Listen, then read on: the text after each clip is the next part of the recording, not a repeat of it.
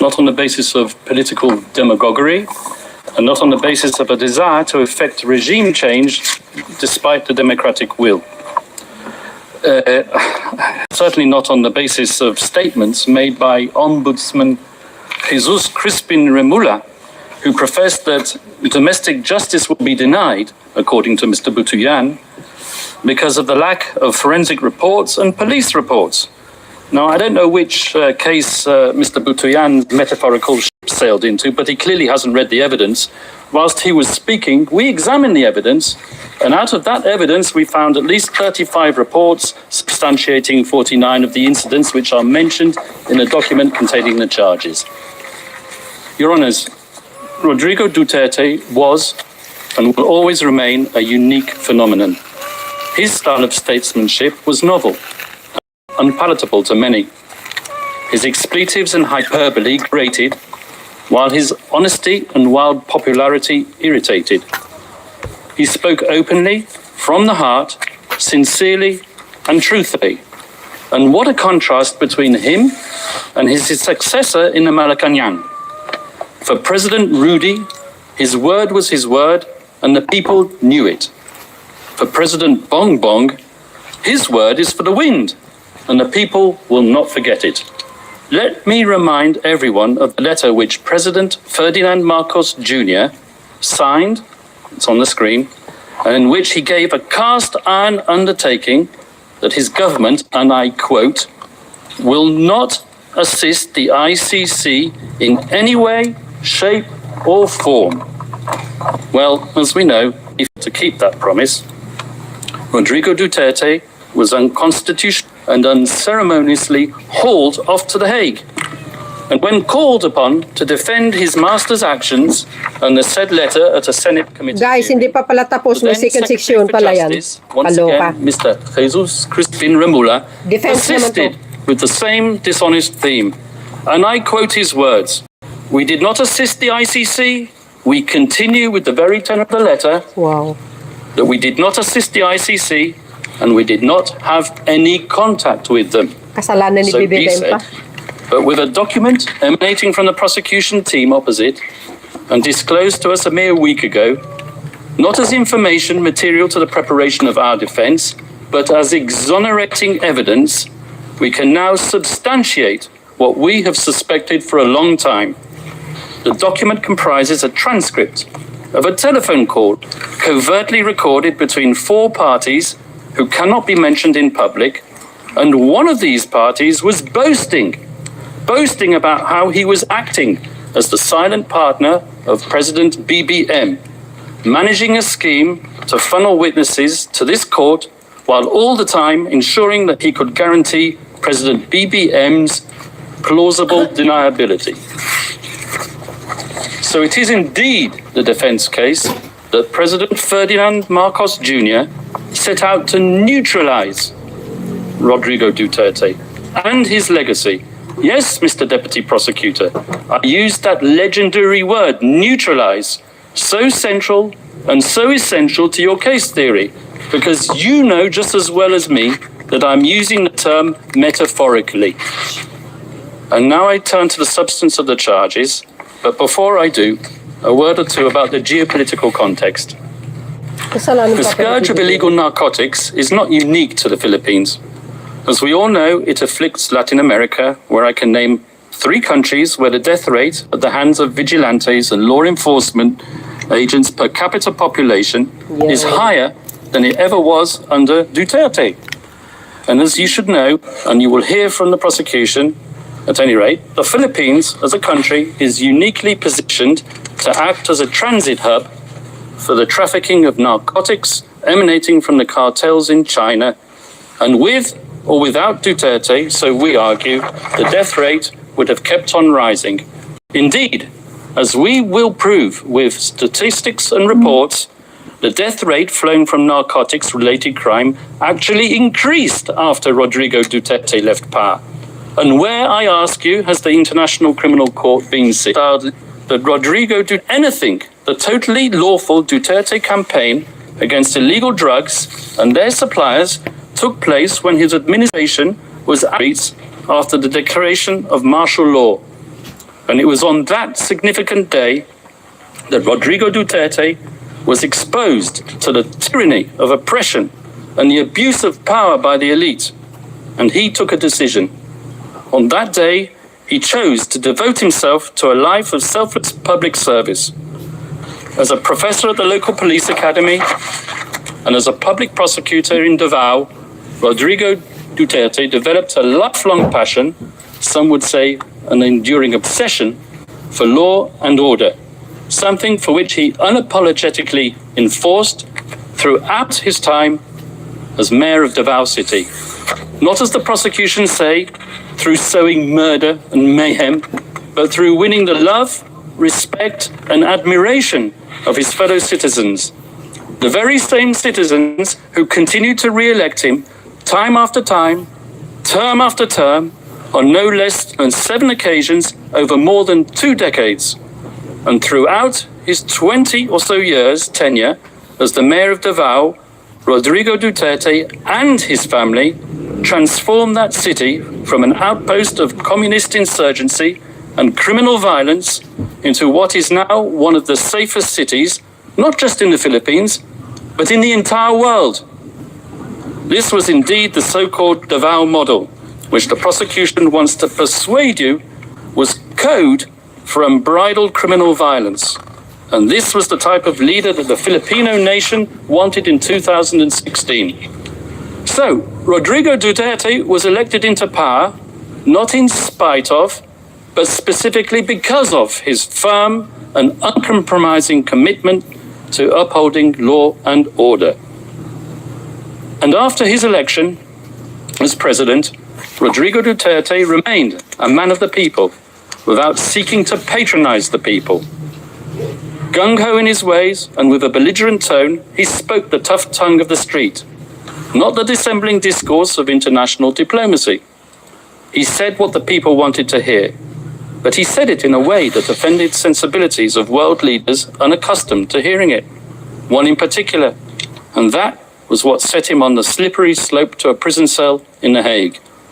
And let me tell you how it works.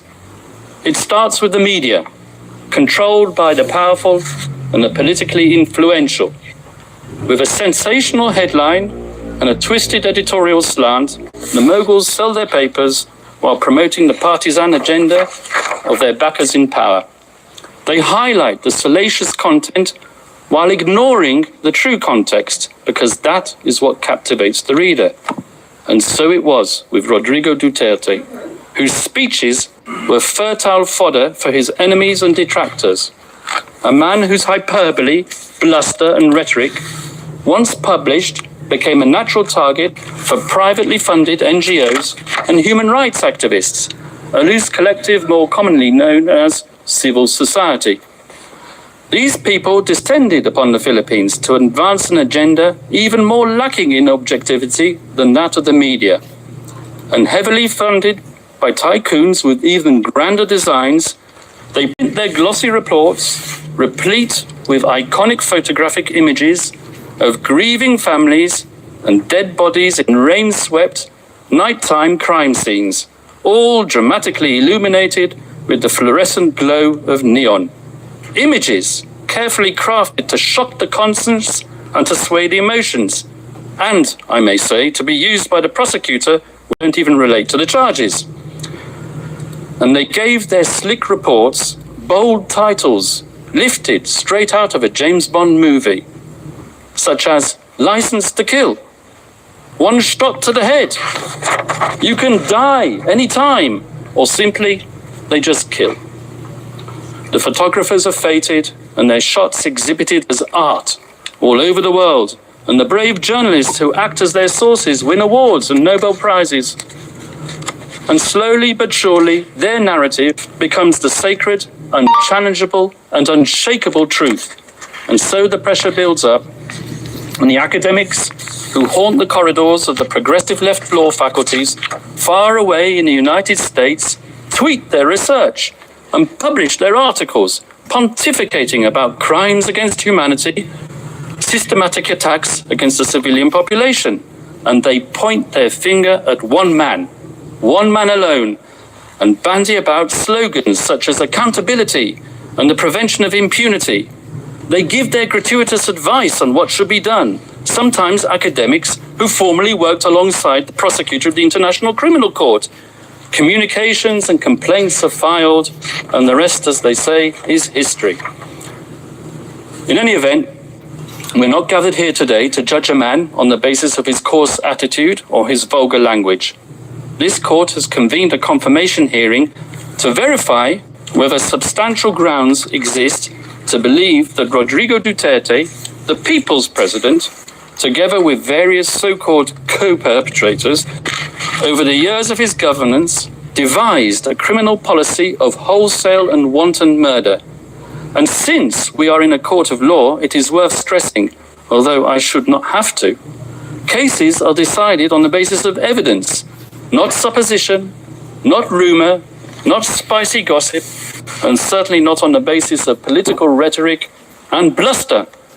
Because at the end of the day, were it not for those belligerent and controversial speeches, there would have been no impetus to bring the people's president to The Hague. And when the prosecution's evidence is examined, I would ask you to keep an open mind and to question not just whether that evidence has been selectively presented, but whether there exists evidence which the prosecution has failed to produce. And I say this with justifiable cause, particularly with respect to the Duterte rhetoric.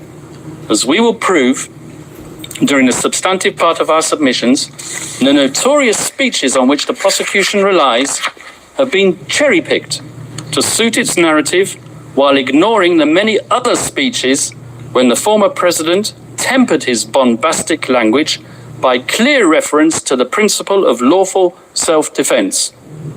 We, the defense, have read as many of these speeches as we can find. In fact, in our poky little office on the top floor of the furthest building away in this complex, we have a counter which ticks and ticks. And whenever we come across a speech which contradicts the prosecution's murder theory by reference to self-defense, we give a cheer. And the counter goes up once more, and we celebrate one more nail in the coffin of the prosecution's case theory. As the statistics stand as of today, in contrast to the 20 speeches on which the prosecution relies to prove incitement to kill, we have found 35 more which say the complete opposite. Let me give you two examples from the very speeches that the deputy prosecutor himself cited today. Let's refer first of all to the famous Pietà speech, which the deputy prosecutor referred to. So, this is what the deputy prosecutor said. Those of you who are still sober, those who haven't tried illegal drugs, if you don't want to die or get hurt, don't rely on the priests, including human rights advocates. They won't be able to prevent deaths, and so it goes on. But if we look further on in the very same speech, something which maybe the deputy prosecutor didn't do, this is what he had to say. To our police officers and other officials, do your job, and you will have the unwavering support of the office of the president. I will be with you all the way. Abuse your authority, and there will be hell to pay, for you will have become worse than criminality itself. Well, there you are. You have it straight in your face.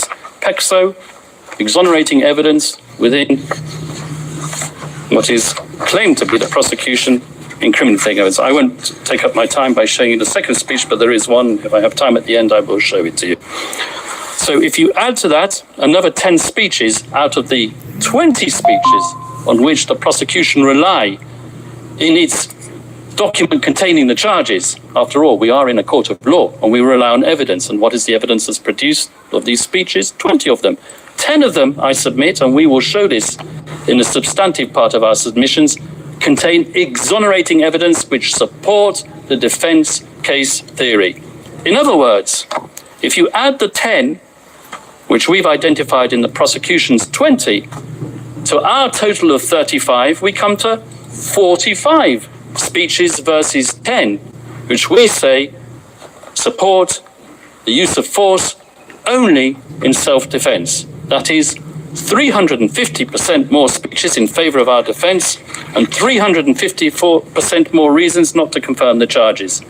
And you can bet your bottom dollar that at the end of today's proceedings, either the victim's self-styled legal assistant to ICC counsel or a prosecution intern will be tasked with scouring the web, looking for the means to prove Kaufman wrong.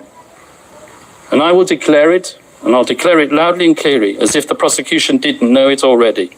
It's not enough to state that since the former president made those extremely inflammatory statements and deaths occurred, that he must, as a matter of course, be criminally responsible for those fatalities. At this stage of the proceedings, the prosecution needs to show substantial grounds to believe that the former president actually desired and foresaw that people would be killed as a result of his incendiary language.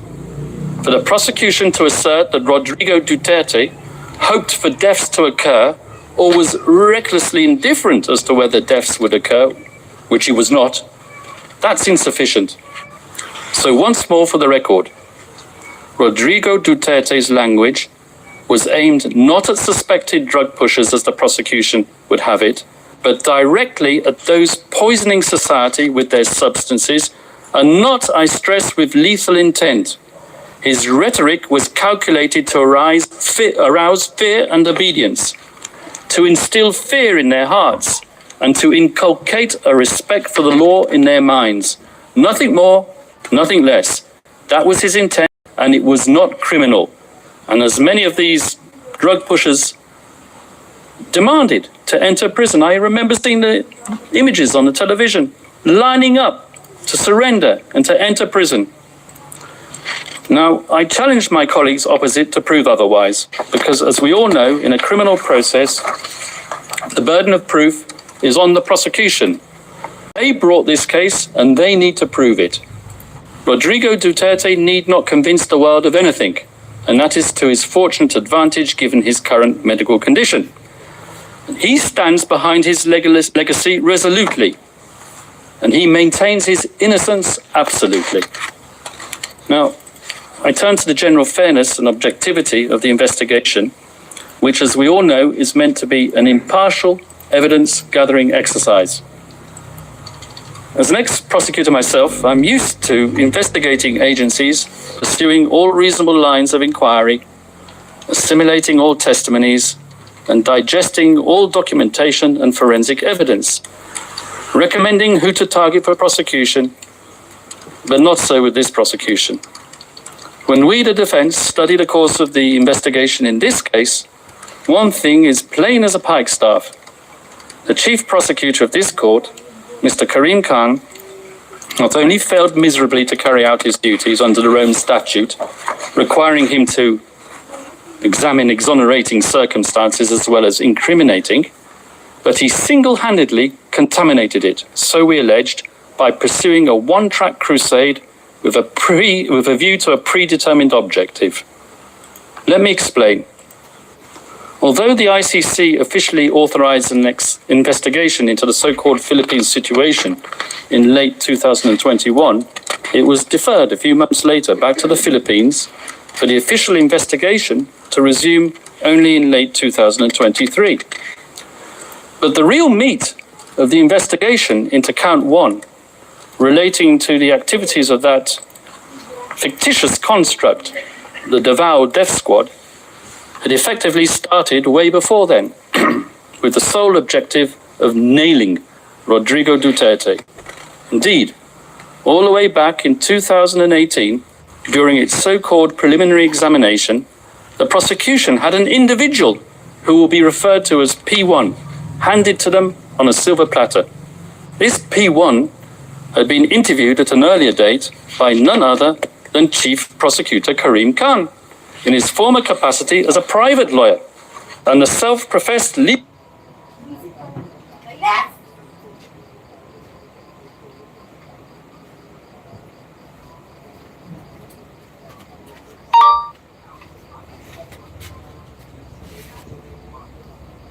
No broadcast past the retransmission. Wow. So yun guys, kung napakinggan nyo kanina, yan yung po yung defense team, no, ng Duterte camp. So, pinapalabas doon inosente, si Digong. At hindi naman daw illegal yung mga patakaran niya. Well, tapos, ang ano pa rito, wow, nadamay pa si PBBM, si Pangulong Marcos Jr. Grabe, no? Hindi, totoo naman yun, guys, di ba? Kahit sino naman sa inyo. Di ba sabi ng Pangulo, wala naman jurisdiction ng ICC dito sa Pilipinas. Tama naman po yun. Wala naman talaga. At sinabi ng Pangulo yun, walang jurisdiction ng ICC. Hindi siya talaga makipag-cooperate. Kaso lang, ang problema kasi, nakipag-cooperate tayo through Interpol. Kasi yung Interpol, di ba? Correct me if I'm wrong. Member po tayo dyan Doon po tayo nakipag-cooperate. Rodrigo Duterte's role as the mobster in the same. Oh, bakit kaya? No broadcast pass. Mahina signal. Mahina signal, guys. Yun, katulad yung sinabi ko. Membro kasi tayo ng Interpol. Doon naman tayo nakipag-cooperate. Tama yung sinabi ng Pangulo. Hindi niya naman dinideny yun. Wala naman jurisdiction ng ICC. Hindi naman tayo makipag-cooperate. Kaso lang, ang problema kasi, ang ICC, nakisuyo naman talaga, nakiusap sa Interpol para nga hulihin si Digong, di ba? So, doon tayo nakipag-cooperate sa Interpol. Membro tayo yan international Dahil dyan sa Interpol, napauwi si Alice Go, si Tebes. Di ba? Kasi nga Interpol Yun naman talaga yun Kasalanan pa talaga ni Pangulong Marcos Jr. Parang ipapalabas ni Hopman illegal ang pagpapadala kay dating Pangulong Digong sa dahek. Ay putik. Ay ganun pa man, malakas talaga ang ebidensya laban kay Digong. Kahit anong klaseng gagawin nila, wala talaga. Wala na yan. Siguro pinagbigyan para kumbaga sabihin yung kanilang mga tawag dito, yung kanilang nalalaman, yung kanilang ebidensya. Siyempre, alam mo naman yan, defense lawyer, mga kababayan, I'm not a lawyer, pero siyempre, nanonood tayo sa mga batikan mga batikan na lawyer. Natural, kliyente mo yan, paglaban mo. Di ba? Kahit sabihin mo, alam naman ng buong mundo kung anong nangyari nung panahon ni Digong. Her preparation. And what was this information with which Karim Khan had helpfully provided her? A book on which the prosecution relies as evidence. A trashy, scurrilous item of pulp fiction entitled Duterte Harry. Your Honours, the picture on the front cover of that book says it all. It really does scream objectivity, doesn't it? I say that sarcastically, of course.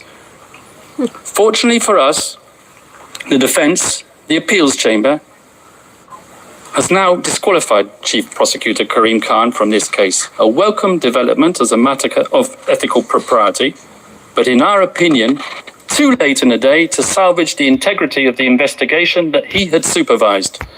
An investigation in the course of which he concealed his former role as the victim's counsel, who had deemed our client a suspected murderer as far back as 2018 and right up to the very day before this pre-trial chamber issued its arrest warrant.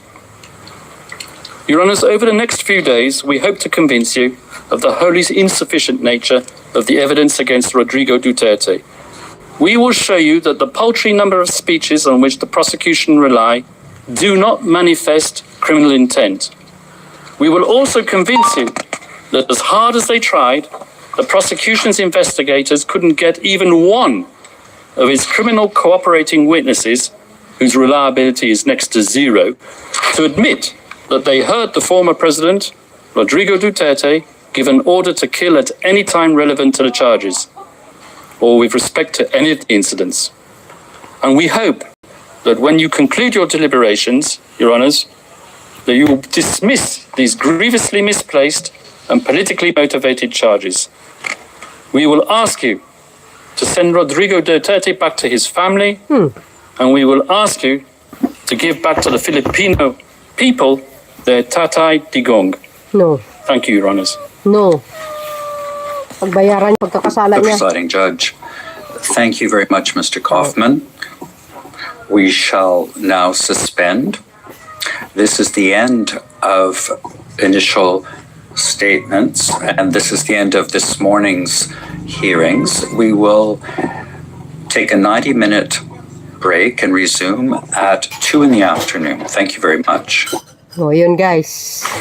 Mayroong pangatlo pa. See you later. Abangan po natin yan, mga kababayan. Ano pong masasabi nyo dito? O, ayan. O, anong sabi ni Cookman?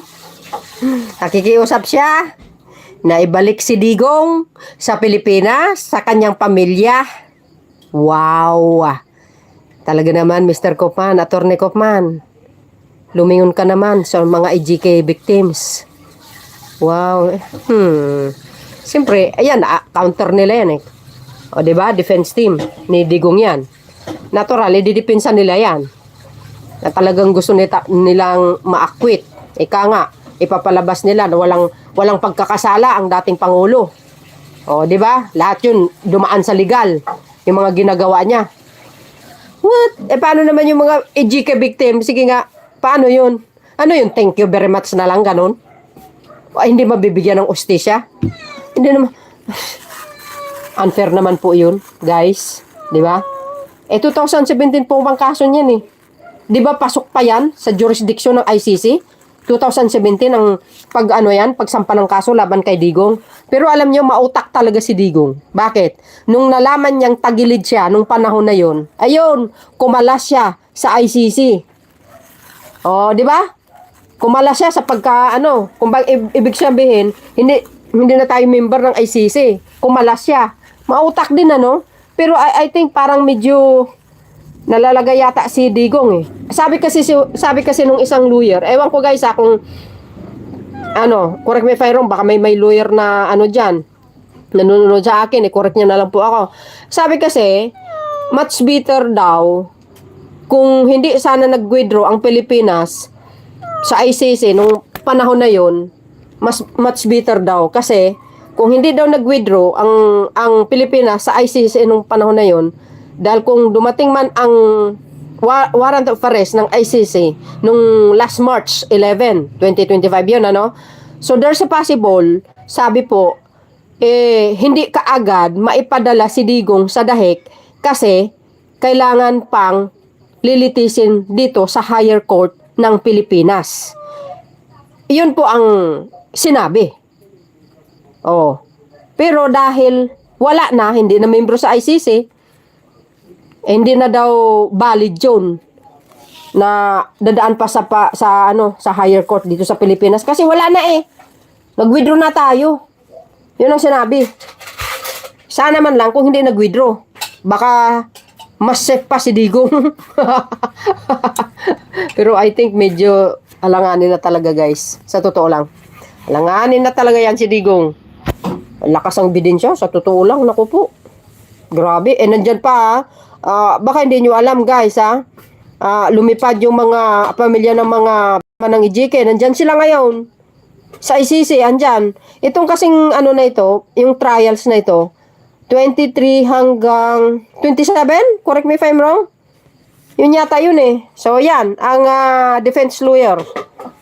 Side ni Digong na yan. Ay, nako po. Guys, anong masasabi nyo? Kayo na pong bahala. Humusga. May session pa yan, guys. Meron pang pangatlo pa. See you later, okay? Kakain muna ako. Kain tayo, guys. Shout out ulit sa inyo. Sa mga Marcos loyalists, supporters, Filipino, and OFW. Hello, hello. Shout out, guys. See you again. Later lang, sabi kasi ni Madam Court. Next naman. Bye, guys. See you again.